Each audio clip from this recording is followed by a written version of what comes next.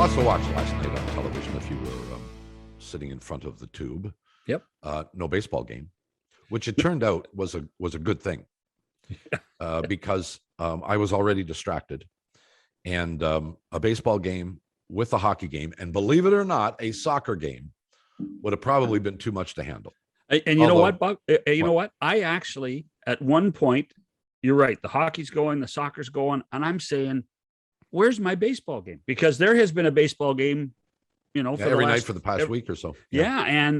And I said, or two. I mean, 9:37 first pitch, Dodgers or Giants. And then I realized, oh yeah, it's tomorrow. So yeah, I honestly, John, I actually had to check in the middle of the night because I was flipping over to see if the baseball game was on. Yeah. And because I wasn't sure that they weren't playing until Thursday. But anyway, so we have that to look forward to tonight, but we can talk about that down the road. Many people watching hockey games, certainly in Edmonton, Winnipeg, Vancouver, Toronto, Montreal. But there was some percentage that were watching the soccer game. Canada played Panama last night as they continue to strive to qualify for the World Cup. Now, I'm gathering it was mostly footy fans who would have watched the soccer game almost under any circumstance because that's their preference. But as the evening progressed, I wonder how many were like me, who started with the hockey game, then flipped over to check out the soccer game, and then kept going back until the second half of the soccer game. And I watched almost all of that and abandoned the hockey game, to be very honest with you. And not for any particular reason other than what Canada did in that footy game last night was quite extraordinary. Oof. Particularly the second half, Bob, when you consider how well they dominated in the first half and it was a draw by halftime. And then, and I'm not being facetious, did Panama get the ball across center field once in the second half? I think they did.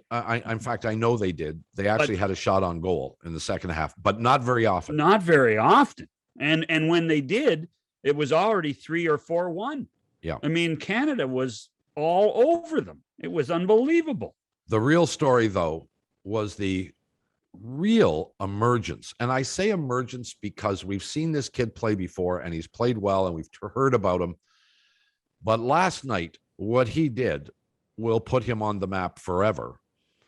And his career in soccer is just beginning. You should clarify that. You should clarify that because soccer fans are now saying, Bob, we've all known about this. Well, the thing is, this was a transcendent moment. This was, as you said, guys who are watching hockey games flipping over. This wasn't a soccer moment in Canada. This was a sports moment in Canada. Well, that's exactly what I meant. For people, I know, but I don't want you to be ripped on Twitter again. Okay? I don't care less. I don't want you ripped on They Twitter. can whip me all they want. As you said, I first saw Alphonso Davies, heard about him when he was playing for Vancouver. Yep. What, 3 years ago? Yep. And really had no great appreciation of how good he was. Didn't see enough of him. And it's MLS soccer. It's, not in the same stage. He's been playing at Bayern Munich, and I've heard anecdotally that he's really good. And or to quote Mike Babcock. Oh, he's a good player. He's a good player. And we've seen him in these international games of late, but last night was the pièce de résistance. Last night was the standout moment, and we're going to talk about that and Canada's win and what it all means. Our pal, our buddy, our chum, the proper pie king, James Sharman, will join us when the podcast and radio show continues after these messages. McCowan, Shannon back with you, and our pal James Sharman joins us, footy expert. And I suspect a significant portion of this country, while perhaps many were focused on hockey games that were played last night, certainly in Toronto and Edmonton, spent some time watching the soccer game last night as Canada took on Panama in I guess an important, and they're all important, but an important match. They were at home. Lots of chances in the first half, didn't get much out of it, and exploded in the second half. All in all, a 4-1 victory over Panama. Was it shocking to you, or did you see any of this coming? Yeah, that's an interesting question. Was it shocking when Canada wins a World Cup qualifier 4-1? It's shocking to a certain degree, but then we look at this team and what it's been promising us since the pre-qualifying rounds, and we've seen this dynamic attacking force which hasn't quite clicked up front in the most recent qualifiers. So we've been expecting something to happen at some point, this breakout party, so to speak, and that really happened last night. So I won't say I'm shocked by it. I thought it was coming at some point. The way it came, given that Alphonso Davies worldie, what a goal that was perhaps a bit shocking. But well, in Panama, the ball was in touch. So you mean, hey, listen, there's no VAR in this qualifying campaign, thankfully. Listen, England won a World Cup once upon a time with a controversial ball going over a line, not going over a line. So listen, it's all good. It's all good. Adds to the mystique of the goal, and that's what this goal will become. Yeah, is this our version of Maradona's The Hand of God? Yeah, it's funny. I said that last night, actually. Yeah, this is in the context of Canadian soccer, a World Cup qualifier, not a World Cup semi-final. This is our Maradona goal. Yeah. But yeah, it was just something just so special. And yeah, I don't think we'll see a goal like that very often. Well, even if you're not a soccer fan, to the lead up to the goal, to see where the Panamanian defenders are and to see where he is, and you say, by the way, in 8 seconds, this guy will have that ball, was, in my mind, truly amazing.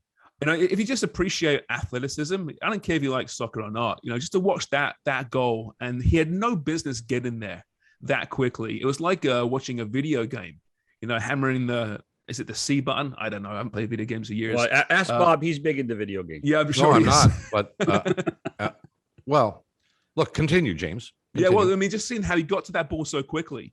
I think the guy had a 40-yard head start on him, it looked like.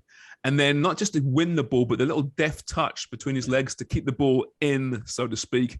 And then the composure to turn his defender and knock it left-footed to that corner.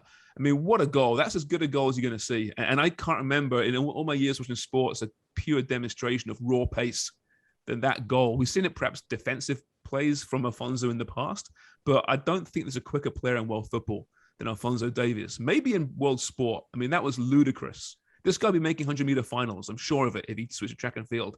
It was crazy. Yeah, well, 2 points on that. First of all, the thing that shocked me about it was that he actually ran that hard for that distance for a ball that wasn't clearly going to be his. You just don't see that very often. At some point I kept saying, okay, he's gonna back off and say, okay, I can't get that one. But he was running at full pace for, I don't know, 40 yards, 50 yards just to get to a ball, and then barely got there basically at the same time as the defender. So that's number one, the fact that he put out that kind of effort. But then secondly, the linesman was right on top of the play and did not call it out. Now, I know you look at replays a lot, and we all saw a lot of replays there. In your mind, was that ball still in? From the angles that I saw, I think it may have just about been in, just about, very close. That means it was out. Probably, it was out, right. But the fact is, though, guys, this is CONCACAF, right? Canada's been screwed on such plays so many times in the past, right? Yeah. If it was Canada in 10 years ago, that ball's out and the flag's going up, right? Things are changing. The world of football's changing over here. We're getting these calls now. We've got a team playing the dark arts, being real, as we call it in sport, in soccer, shit houses, we call them. They're doing things that used to be done to us. So I think the planets have shifted somewhat in the soccer world. James, in professional sports in North America, normally big stars get good calls. LeBron always gets the call. Or in what you're talking about, are you suggesting that, because we now, for the layman, we have a really good bunch of high profile players playing in really good leagues all over the world. Are we getting calls now? That's a really good point, which I hadn't really thought of, but you could be right. We now have the best player maybe in the region. If I say in the region, certainly on the pitch last night, a guy that's becoming a household name in the football world. Right. And he's probably is getting calls to a certain degree. That being said, there was a penalty call in the first half where he was brought down the box. And for me, that was a stonewall penalty. It wasn't given. Right. And it's like, okay, here we go. We're getting CONCACAF again here. So we're not, I don't think the conversion has happened 100% just yet, John, but certainly we're getting calls that perhaps in the past we wouldn't have been getting. To me last night, the other thing was at halftime, Canada really did outplay them in the first half. At halftime at 1-1, let me suggest the 1990 qualifying team might have lapsed, might have sagged. This team didn't sag. They put the pedal to the metal. We've seen this team throughout the campaign go behind in games, you can see goals, but show that resiliency and that confidence to come back and score again and get a draw, or in this case, get a win. And that comes down to the mentality installed by John Herdman. I mean, he's walked into this team at just the right time. He knew this great group of players are coming through. But he's done what he did with the women's team, and that was make them punch really above their weight and believe in themselves. So you're right. Previous editions would have quit. Oh, man, we're down to Panama. Here we go again. But they didn't quit, and they found their game. And quite frankly, they went down 1-0, and they're still playing really good football. They're the better team in that first half. And I really think they used the fans too. I mean, there's almost 30,000 fans there at a Canadian soccer match, and they were Canadian fans. I mean, yeah. My word, don't see that very often. And they drew on that energy as well. So all these sporting cliches about the 12th man and sport, it does make a difference. And I think we saw that yesterday. But yeah, there's a self-belief in this team that just hasn't been there ever before, I don't think. By the way, just before Bob asks a question, can you imagine when Davies returns in November, they're playing in Edmonton. It's not going to be as warm as it was last night in a stadium twice the size of BMO. We could see 66,000 people in Edmonton for that game. And you guys know better than me, but I mean, Edmonton support their sports teams very well. Absolutely. And they support their logo. I mean, they support their locals. And there's every guy in Edmonton in Northern Alberta right now has their chest out saying that that's our guy. So I mean, I could see 60,000 at Commonwealth Stadium. I really could. And this isn't just a local kid coming home. This is a guy that's just become the poster boy of the sport in this country, and a guy that's doing more for the sport in this country than I think we've ever seen before. I was there last night, and half an hour after the game finished, everyone's off the field, but out comes Fonzie again for selfies with the fans, climbed into the stands. This is a guy that is a Bayern Munich star, one of the top stars in world football. He doesn't need to do that, but he does it anyway, and he's just becoming beloved by this country. And Edmonton will, I'm sure they will celebrate him in absolute style. With James Sharman. Okay, so for those of us who are, and I say this loosely, casual soccer fans, and you will acknowledge that may be even an overstatement on my very part. loosely. Yeah, but okay, put this guy in context in terms of world appreciation, world ranking. How much notice has he received over the past year or so in terms of the game internationally? He's becoming well known. He's getting votes now for the Ballon d'Or. He won't be winning this award, but he'll be getting votes. He'll be getting respect from captains and from journalists around the world. We're seeing him perform in big games too, in the Champions League, the biggest stage in world football. He's putting in man of the match performances, and people are saying, "Who is this kid?"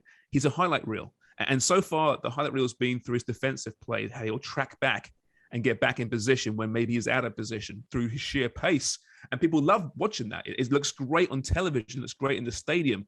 And the fact that he's playing for Bayern Munich, who is arguably the best team in world football right now. They've won a Champions League, a couple of years ago now. They win the German crown every single year. People love him. People respect him. The fact that he's Canadian hasn't helped him, I guess, in that regard. But he's putting what do you mean by that? On the map now. What do you mean by that? Because there's been, listen, how many well-known, top-quality Canadian internationals have there been over the years? I can think of a handful. Paul Stalteri in Germany, Werder Bremen, Spurs. Obviously, my mate Craig Forrest was up there as well. Well, maybe our best one decided he wasn't Canadian. Jonathan de Guzman, 100%. Yeah, exactly right. So there aren't many, but no one, and even Craig will admit this, no one's been on this level before. He's taking it to a brand new level. This is a guy that's not just playing in a top league, but he's dominating in the top tournament, which is the Champions League as well. what he's worth now. I mean, if they sold him today, he'd be close to $100 million. That's what he'd be costing for a guy that's evolving and getting better. He's a fullback by nature. That's a defensive player, but he's played in the midfield as a winger and recently up front for Bayern Munich and played up front in a 2 last night for Canada. So even Bayern Munich and their coach, Julian Nagelsmann, is realizing this kid isn't going to be a defender for much longer. When you start scoring the goals, guess what? You get the notoriety and you get on the cover of EA Sports, FIFA, that kind of stuff. And that isn't beyond the realms of a possibility for this kid. So he plays in Germany. Where does German soccer rank in terms of world respect? Does this guy have to play in the Premiership or in Spain or Italy in order to get that recognition? No, German football, it's top 4 in the league, in the world, probably top 3 at this point. And Bayern Munich is considered one of the most storied and most successful teams in world football. You've seen the biggest names go there. Pep Guardiola, the most famous manager in world football, coached there for 3 years. That being said, at some point, would you like to see him play for a Real Madrid or a Barcelona and get that glitz and glamour? It'd be nice to watch, but he won't lose respect if he stayed at Bayern Munich. The Premier League is still the most watched league in the world. Certainly over in Canada, it's the most watched league. So, yeah, I'd love to see him come over to England at some point. But at this point, why leave Bayern Munich? You have everything you want there. In fairness, though, this is not a one-player team. I mean, the guys they have up front, the guys they do have in the midfield, all contribute. And that's the amazing. Stars. And our depth. And I'm not the soccer guy, but depth is one of the stories of why this team is doing what it's doing, correct? It might be the story, John. I mean, I'm so amazed by the depth. This team last night beat Panama 4-1. Panama's a very good team without their captain, Atiba Hutchinson, who's been their best player for 15 years, prior to Alphonso, rising above. Without Kyle Larin, their top scorer, a guy that's going to smash the all-time Canadian record very, very soon. Mm-hmm. Without Junior Hoyler, a guy that played many years in the top 5 English football. This is a team that does it with injuries, with suspensions. Tajon Buchanan, this kid, he's just moved to Club Bruges in Belgium. He missed the last game through suspension. He was behind Alphonso, the best player in the field yesterday. 22 years of age, dynamic, exciting player. He's going to go from Bruges to a bigger club in the next 2 or 3 years. You have depth throughout the lineup. Guys emerging through MLS. Alistair Johnston, this fullback. Right. He's just fun to watch. He's tenacious. He's a guy at halftime comes and goes, we love this. We're tough. We're Canadian. We like it when the going gets rough. This is a hockey player playing soccer. That's why I think this country is going to eventually, even Bob is going to eventually embrace this team. Well, hey, listen, it's hard not to. Careful. Last night, with as much hockey was on and TNT's debut, in my house, one of those TVs wasn't going off the soccer game. It wasn't. And part of it was the team, and the other part was how great the crowd was. So for me, John, I'm looking at your video here, and you've got 2 TVs stacked on top of each other. So it would be difficult. No, well, there's another one there, and there's another one over there. So there's 4 of them here. Yeah, I want that one day. Well, I'll tell you what, we'll trade you for a few pies. Done. Done. But you're right, though. I'm reading all the usual suspects this morning in the various websites, watching the usual suspects on the highlight shows, and Canada Soccer's up top. It's near the top of the show, and they're talking about it. And this is a night where the Leafs, kicked off. What do you call it in hockey? Iced off. I don't know how you call it. Faced off. Faced off. There we go. Faced off the first time this season, right? Yeah. I mean, it says something, right? That wouldn't have been the case 10 years ago, I don't think.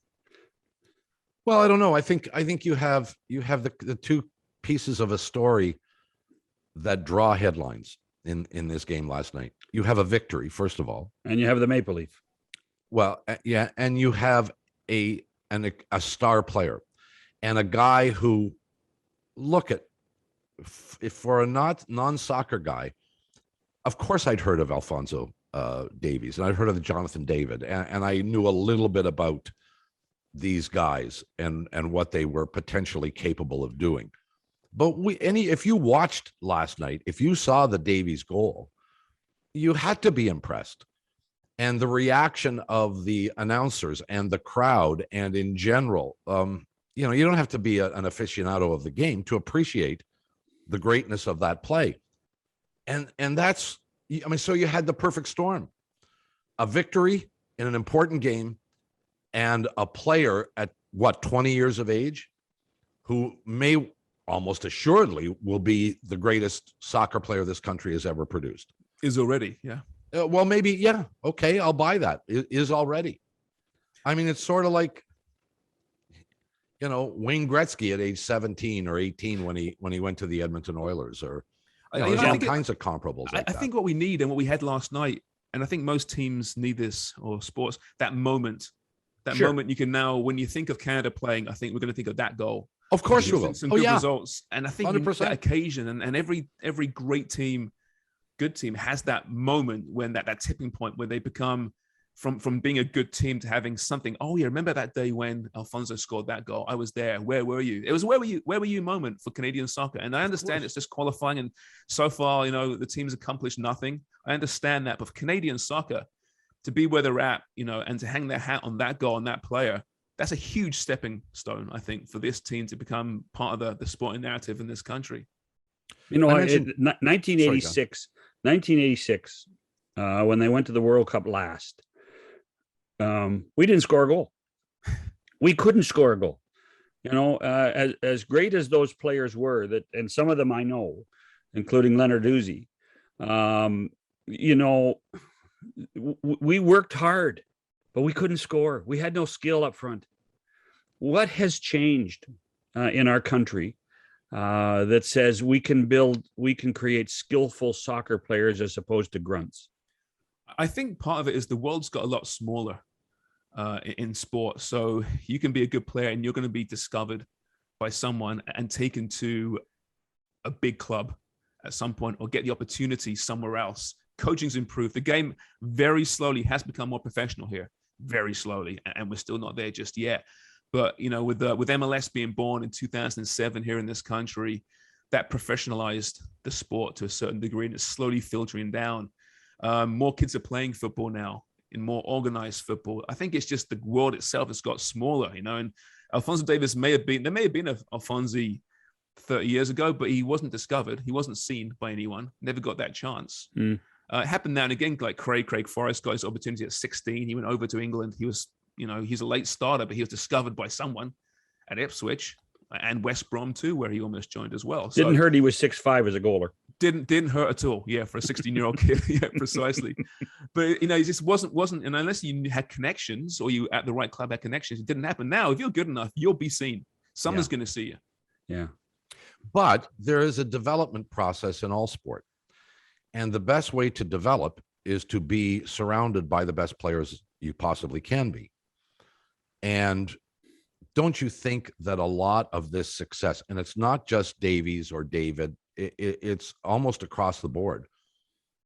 These are kids who are getting are getting an opportunity to play with high profile clubs around the world with great coaching and surrounded by great players. And in the process of being surrounded by great players, stuff rubs off. Yeah, it does. And you learn to play a different way. On the other hand, though, some players shrink under that pressure. You sure? You always hear about these kids who are dominant at 14 and 15 and 16. You read biographies of top players. Man, John Smith, when I was 15, he was the best player at every tournament I played. He was incredible. Went to Man United, never made it. Couldn't handle the pressure. So I think you have a certain mental makeup as well. And Alphonso Davies, John David, Carl Laren, a team, but they have this. They'll go to a club like Bayern Munich. And most of us thought Alphonso would be loaned out to a smaller club at some point. He goes from Vancouver Whitecaps of MLS, a struggling MLS team, to Bayern Munich. A lot of kids would say, okay, I need a couple of years here to learn the language, to learn how things work in this country. I'm going to go to a small club, be loaned out. That's what we all thought would happen. And within a month, he's made the first team squad. And within 6 weeks, he's playing for the first team and hasn't looked back. And that's a lot to be said about him, I think. We're I agree. His makeup. Well, yeah. It is, though, quite extraordinary that the way this has come together after, decades of futility, where there's really no level of optimism. Any kind of success is heralded, but it never appeared to be sustainable. Well, but And now, even literally you a what, blink, and Yeah. now you've got a team that, well, who knows where they could go. to the point where Bob and I, listen, we were all guilty of it. We would mock them. We would make fun of this Of program course, because they got to number 55 in the world. 55. God, what if we get to the 40s? I mean, it must have been difficult at times for guys who, have great professional lives to come back to Canada and, give their heart and soul for the country and in many ways not be appreciated. Oh boy, you hear the stories all the time. Some of these ex-pros, and they came over to Canada and they're flying coach, and they're being treated like they're amateurs by their association. And you wonder why they bother coming. And Right. They're going to some dark region of CONCACAF, some awful stadium in the middle of nowhere.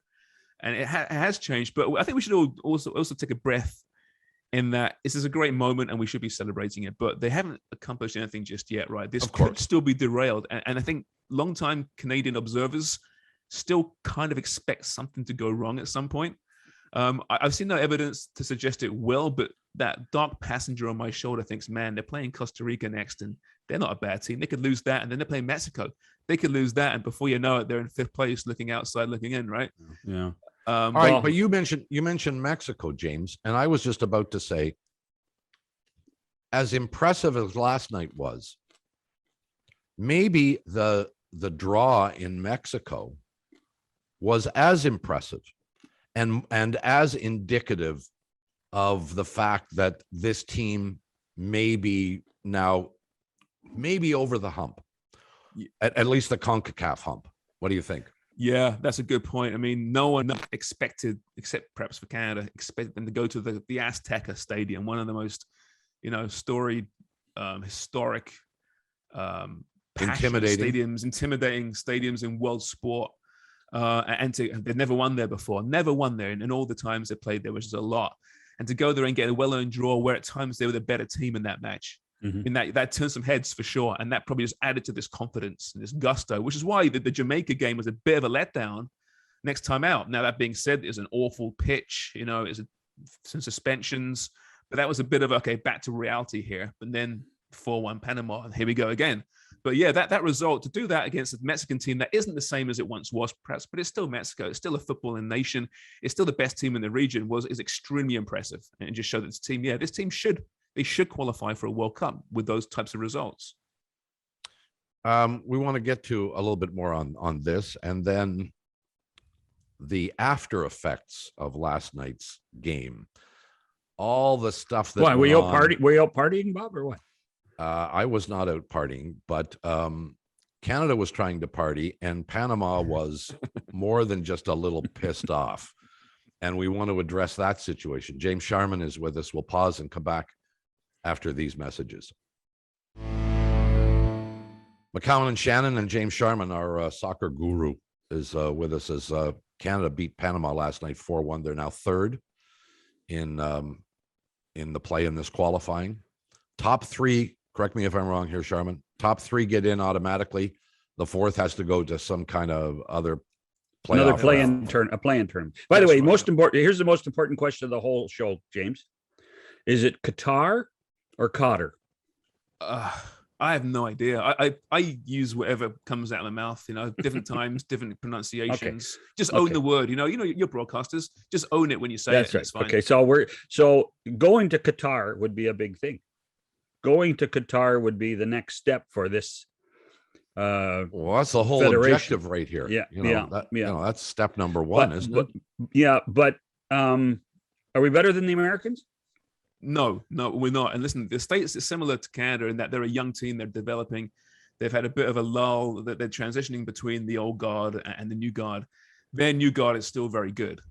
The gap's closer than it's been for a long time. And who knows, maybe it will be, even Steven. I don't know. We did tie them, of course, in the States last time out. But yeah, they got some really good players playing at really big clubs, perhaps more so than Canada. That being said, the big clubs that their players are at, some of those clubs are also in transitional time right now, and those players wouldn't necessarily have been playing for those teams. Like Dest, for example, great young player, but he's at Barcelona. He's playing each week. He wouldn't be playing if it was 3 years ago. Right. But I still think that the player pool, the money invested, is still so much greater in the States. They're still going to be a little bit ahead of Canada at the moment. Well, I acknowledge your hesitancy, and I understand it, because Canadian soccer fans have been disappointed so many times for so long. It's almost impossible to be optimistic. And yet, we talked about the Mexico game. They get a draw on the road in Mexico. They get a draw on the road in Nashville, if I remember correctly, That's right, against the U.S. Yeah. The two teams that we, if Canada isn't the best team in this group, and maybe they aren't, but it's Mexico and the U.S. and then Canada and the rest. But you got two road games, and you got draws out of both of them. You got two home games still to come with those two teams. Yeah, maybe the expectations aren't unrealistic. Maybe you're right. You know what? You could be right. And we're going to see Mexico come to Edmonton, right, in a month from now, where they're at. I mean, listen, the fact that we can have the conversation that maybe Canada is the best team, it might be, a one-sided conversation, but the fact that we can have that conversation without being laughed at just shows how far this program's come. And who knows? Who knows? I think we'll have accepting, well, third place would be great. That's a victory, but that's almost a defeatist attitude born from the failures of the last 30 years. Of course. Right. So, hey, I'm with you. Why not? Let's give this team a chance to prove us wrong. Let me ask you this question too. And I'm leapfrogging ahead, but is there any advantage to finishing first in this group as opposed to third in the group? Yeah, there'll be pots in the draw itself, and that'll be based on FIFA rankings. And obviously, if they beat Mexico, for example, they get the ranking goes way up. Yeah. Now, whether they can do enough to catch Mexico, for example, I don't know. I suspect that's not the case. But it does help if you finish first in your group, because it just you get the ranking points. Just for clarification, do you know what the rankings are for the U.S., Mexico, and Canada right now? Canada, I believe, was 51 last time I saw. Mexico and the States, good question. Top 10, Mexico for sure. The States might be just on the periphery there somewhere, but I haven't. I hate the rankings. It really, I get it. It means nothing. It's so hard to have a world ranking system when not everyone's playing each other. They're so weighted, the games and who you're playing, but they do count, sadly, for quite a lot in that regard. So they do have to go to Panama to play one more time, correct? Yeah, and that's going to be an experience. Yeah. Well, let's talk about it in the context of what happened last night. So the Panamanians get wiped out in the second half, and they're understandably pissed just because they got beat, and they got beat soundly. But the kerfuffle that went on for, 15, 20 minutes. It's like waves at the end of the game. It was waves of it. Yeah. It began back in I think the first half. There was a corner for Panama. And this is what I love about Canada now. And I mentioned before this shithousery. So you have Daniil Henry, who's a sub. He's not playing for Canada. He's a sub. He's warming up on the sidelines, and he's kneeling down to tie his bootlace by the corner flag. Panama win a corner, and he's in the way of the player taking the corner, and he refuses to move. Just being a complete, refuses to move. And the player gets really angry, gets in his face. The bench is clear. There's this big commotion in the side there. It got quite nasty as well. Alphonso Davies is going bananas in there.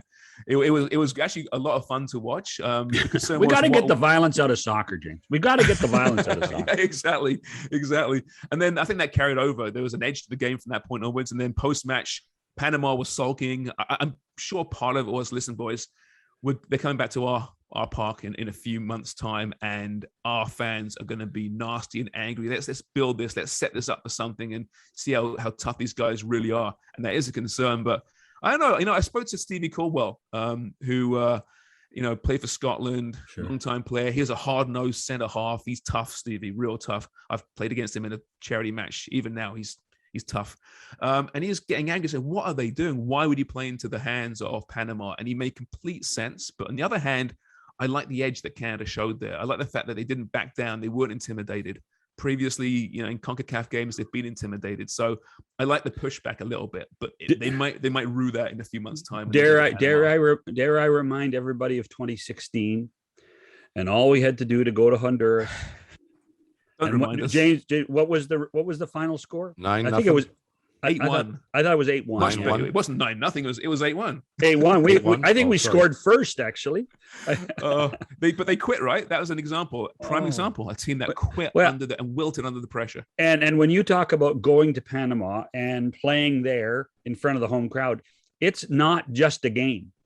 It is when you check into the hotel and the fans' cars are in the streets below the hotel, and they honk their horns all night.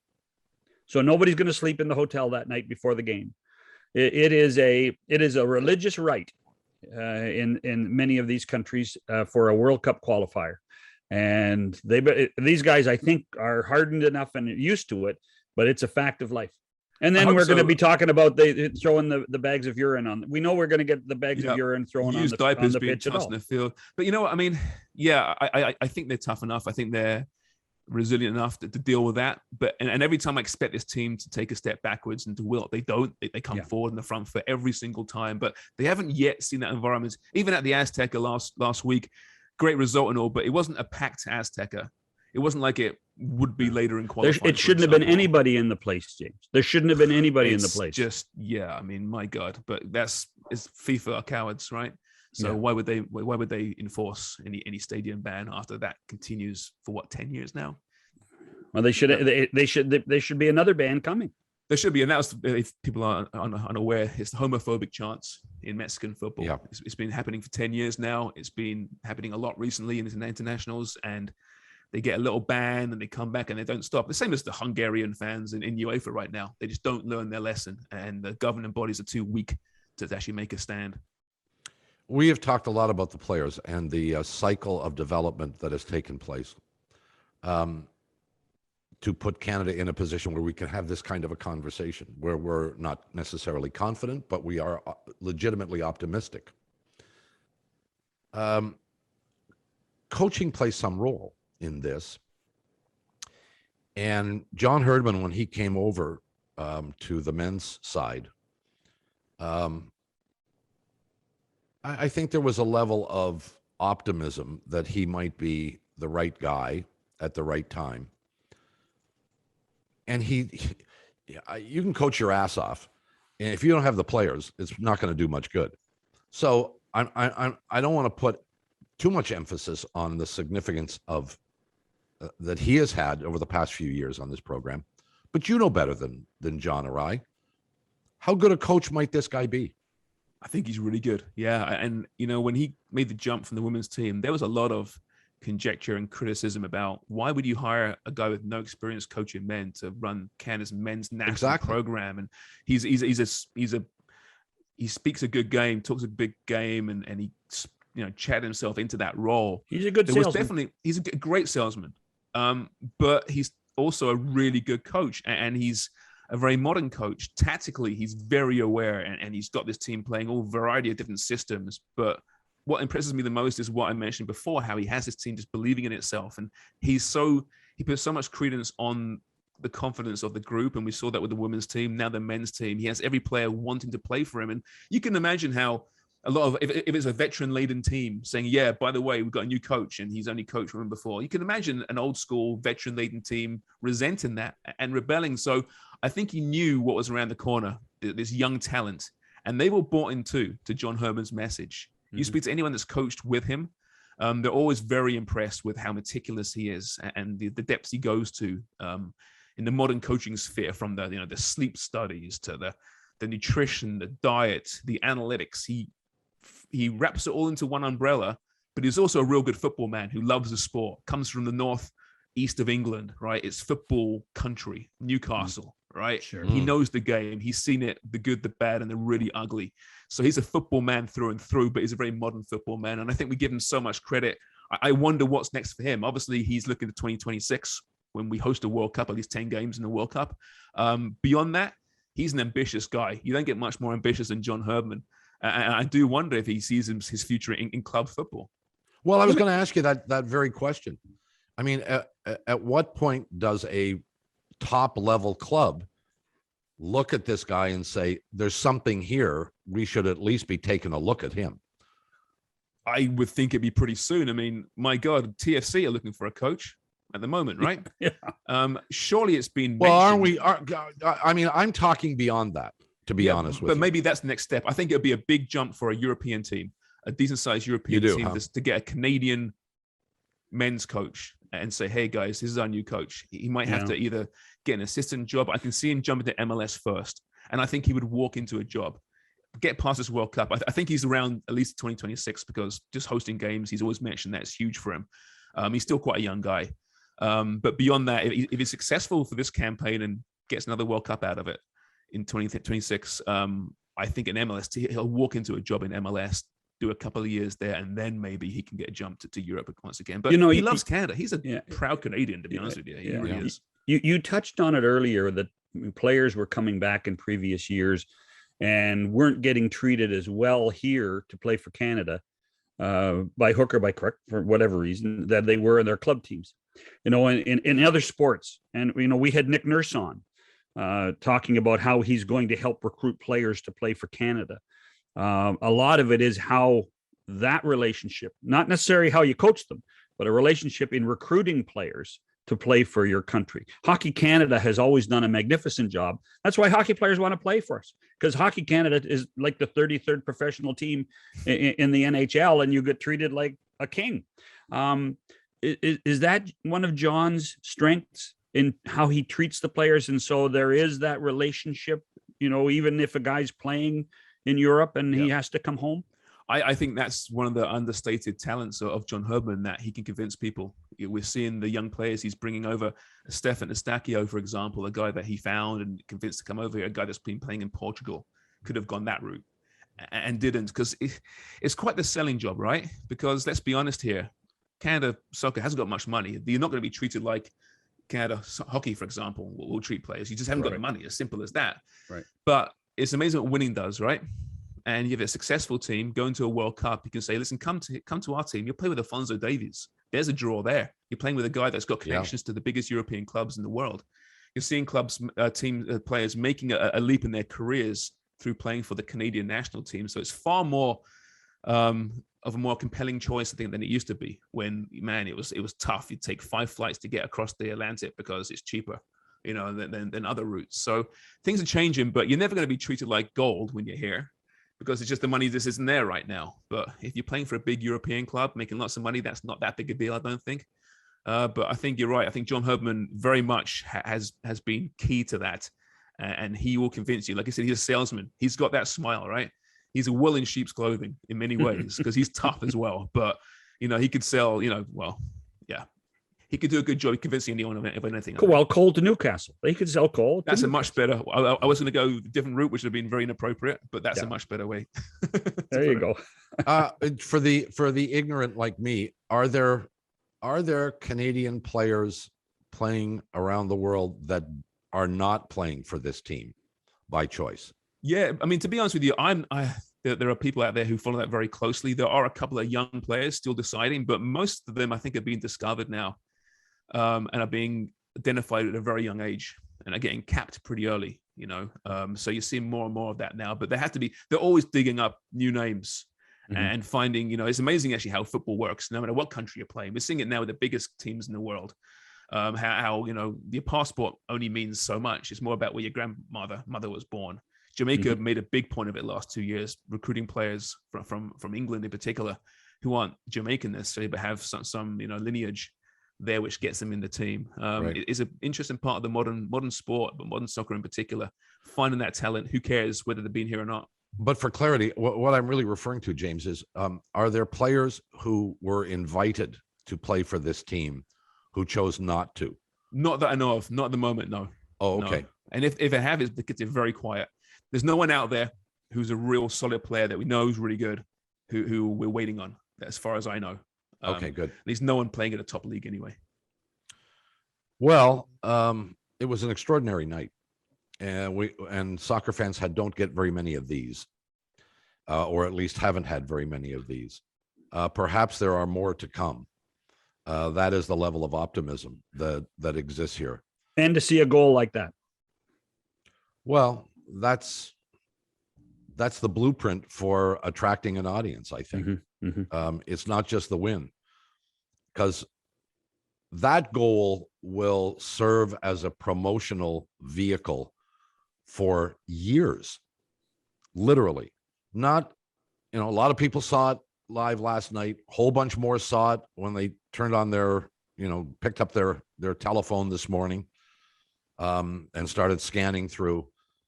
And that will continue to be like the poster child for this team, and in Canada, this sport, for a long period of time. And where that leads is anybody's guess.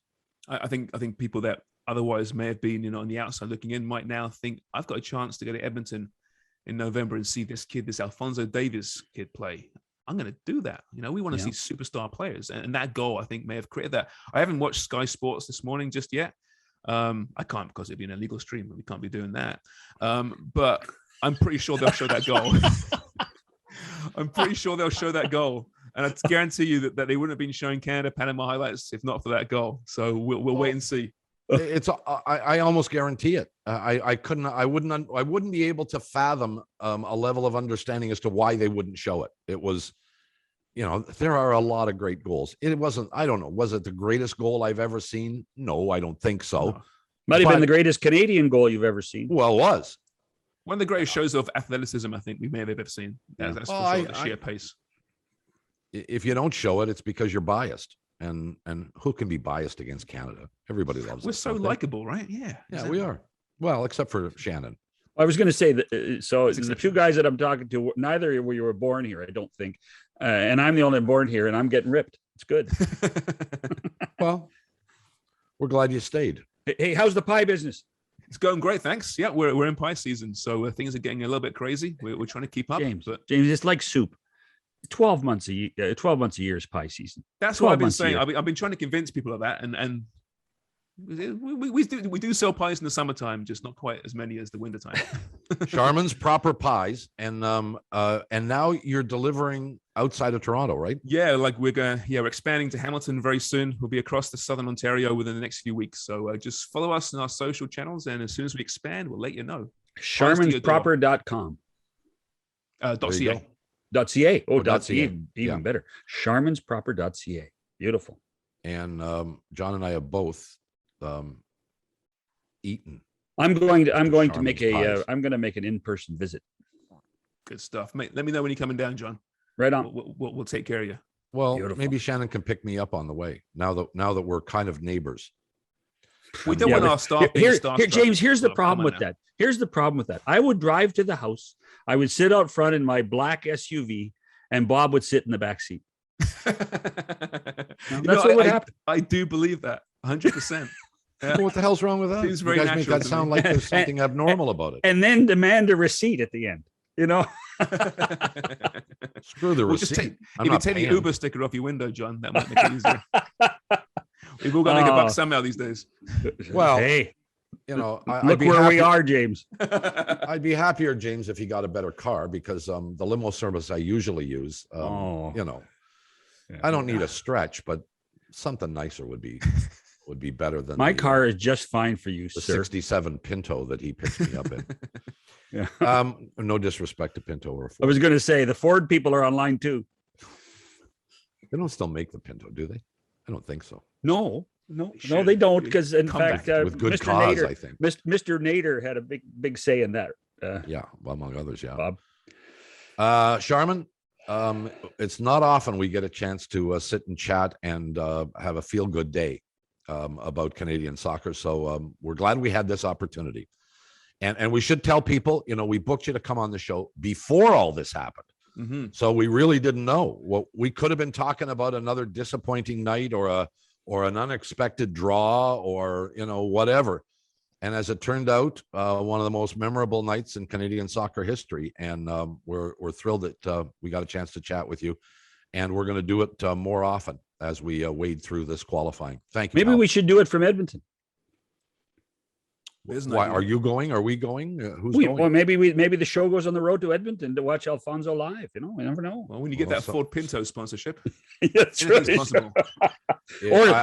or the SHARMANproper.ca sponsorship. Well, I'm not. Yeah, you can't I'm afford not us just being yet. presumptuous, but if someone wants to pick up the tab for the three of us to go to Edmonton to see the game in person and then do a show or two from there, I think we're all in for that. Okay. We are. I Yes, think sir. so. Yes, Absolutely. sir. Yeah. Love All it. right, there you go. The challenge has been registered. Sharman, we'll see you soon, pal. Thanks a lot. Thanks, guys. Always enjoy it. Cheers. James Sharman, we'll come back after these messages. Well, our thanks to the King of Pies, James Sharman, for joining us on the What time do I have to pick you up? Whenever you want, pal. Okay. By the way, this We'll get some pies. Yeah, this is, I think, a first in my time around hockey, that there's, Edmonton won at home last night, Toronto won at home last night, Winnipeg lost in Anaheim, but we didn't talk hockey. I mean, that's what's phenomenal about this. This was as big as home opening night is in the National Hockey League.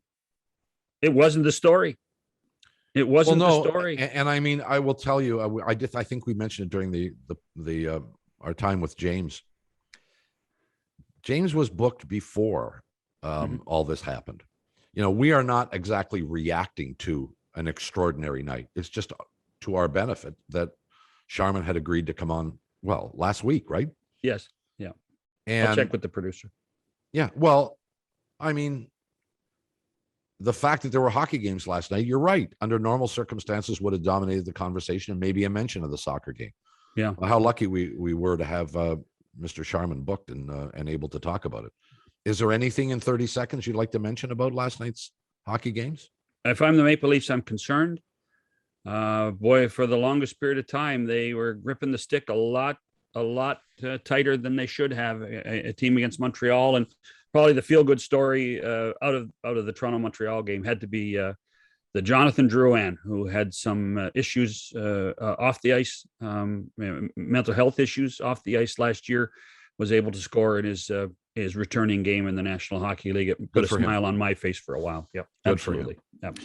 That'll do it for us. Again, our thanks to James Sharman. We'll have another program for your listening enjoyment tomorrow. You can check out the podcast, as you know, the Bob McCown podcast, or as an alternative, if you're in your car at 6 p.m. Eastern time, you can flip on channel 167 on Sirius XM radio and hear the very same thing there. For John Shannon, Bob McCown, we'll see you tomorrow. Goodbye, everybody.